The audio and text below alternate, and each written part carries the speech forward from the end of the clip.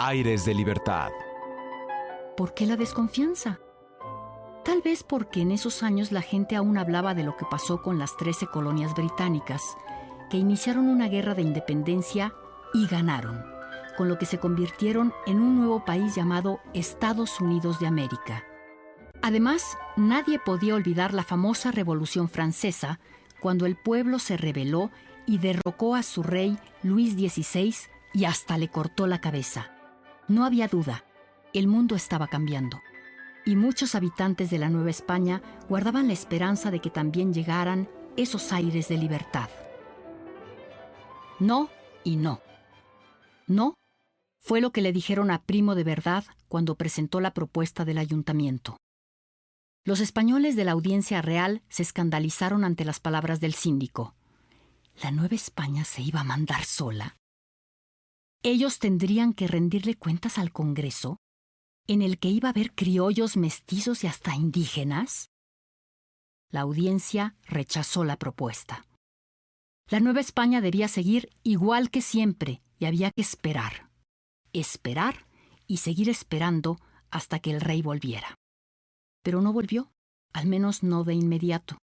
En los siguientes barcos llegaron más noticias dramáticas. El pueblo español se había rebelado contra Napoleón y su ejército, desconociendo a Pepe Botella. En las ciudades se formaron grupos llamados juntas de gobierno que asumieron el poder de su rey, es decir, hicieron lo que se les había propuesto en el ayuntamiento de la Ciudad de México. En los cafés, en los salones de la universidad, en los mesones populares y hasta en la calle, la gente discutía. ¿Y ahora qué iba a pasar? Si el pueblo español se rebeló, ¿ellos podían hacerlo? Cansados de que los miembros de la Audiencia Real fueran tan necios, el virrey Iturrigaray y el síndico Francisco Primo de Verdad hicieron otra reunión y llamaron a la gente más importante de la ciudad. Nobles españoles e indígenas, gobernantes, funcionarios, representantes de la Iglesia. Primo de Verdad volvió a explicar la propuesta de soberanía, pero por desgracia, en esa reunión le fue peor todavía. Un representante de la Iglesia se enfureció asegurando que al rey lo escoge Dios y que usurpar su lugar es pecado. Los demás funcionarios acusaron a Primo de Verdad de tener ideas revolucionarias, de ser un traidor. Al final, todos rechazaron la propuesta de la autonomía, la idea de un Congreso de Representantes. Se negaron a todo. No y no. Conspiraciones. Reuniones iban, reuniones venían, y mientras el tiempo pasaba y no se llegó a ningún acuerdo. Seguía sin haber rey. ¿Qué hacer? ¿Acaso la Nueva España debía depender de alguna de las juntas de gobierno de una ciudad española? Pero, ¿cuál era la buena? ¿O era mejor seguir esperando a que pasara la emergencia y ver qué ocurría en el futuro? Por esos días llegaron representantes de dos de estas juntas, las de Oviedo y Sevilla, y propusieron que la Nueva España dependiera de ellas. Pero el virrey Iturrigaray se negó, y eso lo metió en problemas.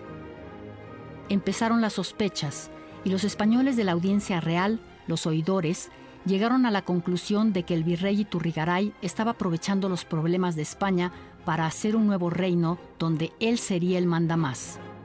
Claro, eso no les constaba, aunque, por si las dudas, armaron un plan para derrocarlo. Se reunieron con el arzobispo Francisco Javier de Lizana y Beaumont, un rico hacendado llamado Gabriel de Yermo y otros miembros de la Sociedad Española de la Ciudad de México. Entre todos idearon el plan para eliminar al virrey. Se nombraron los Patriotas de Fernando VII.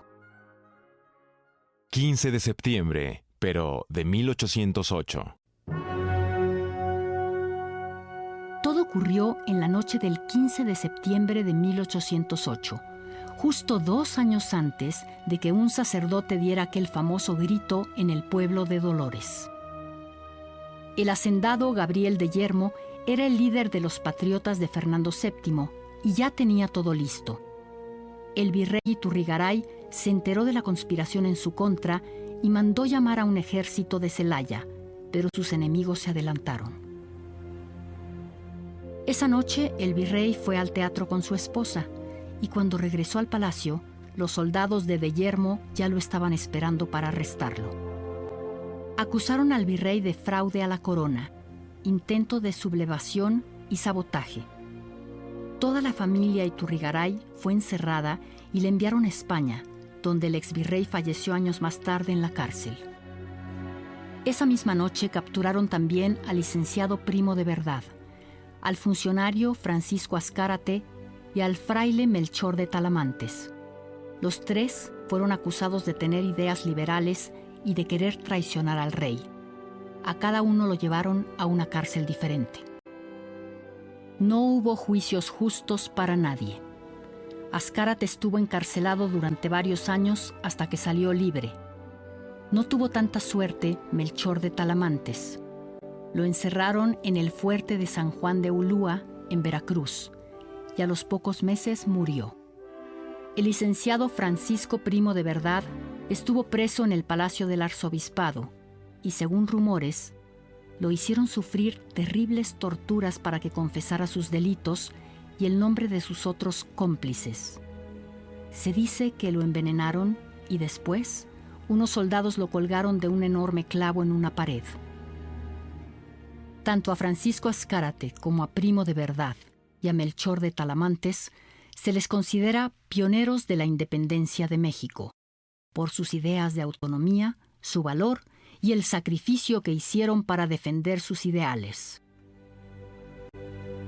Una semilla. Al día siguiente, la Nueva España ya tenía un nuevo virrey y hasta se hizo una misa para celebrarlo. Se trataba de Pedro de Garibay. Tenía más de 80 años. Estaba tan viejo y enfermo que no podía representar ningún peligro. Pero aún así, el peligro existía. La semilla de la soberanía estaba sembrada. El mundo estaba cambiando y era evidente que la Nueva España ya no podía depender de España, un país en guerra, invadido y con sus propios problemas. En el transcurso de los siguientes 2 años, hubo otros intentos de independencia que fueron duramente detenidos. Y por último, en Querétaro, se empezó a gestar una conspiración encabezada por el corregidor y su esposa, además de algunos militares y un sacerdote llamado Hidalgo. Los vientos de libertad estaban por llegar.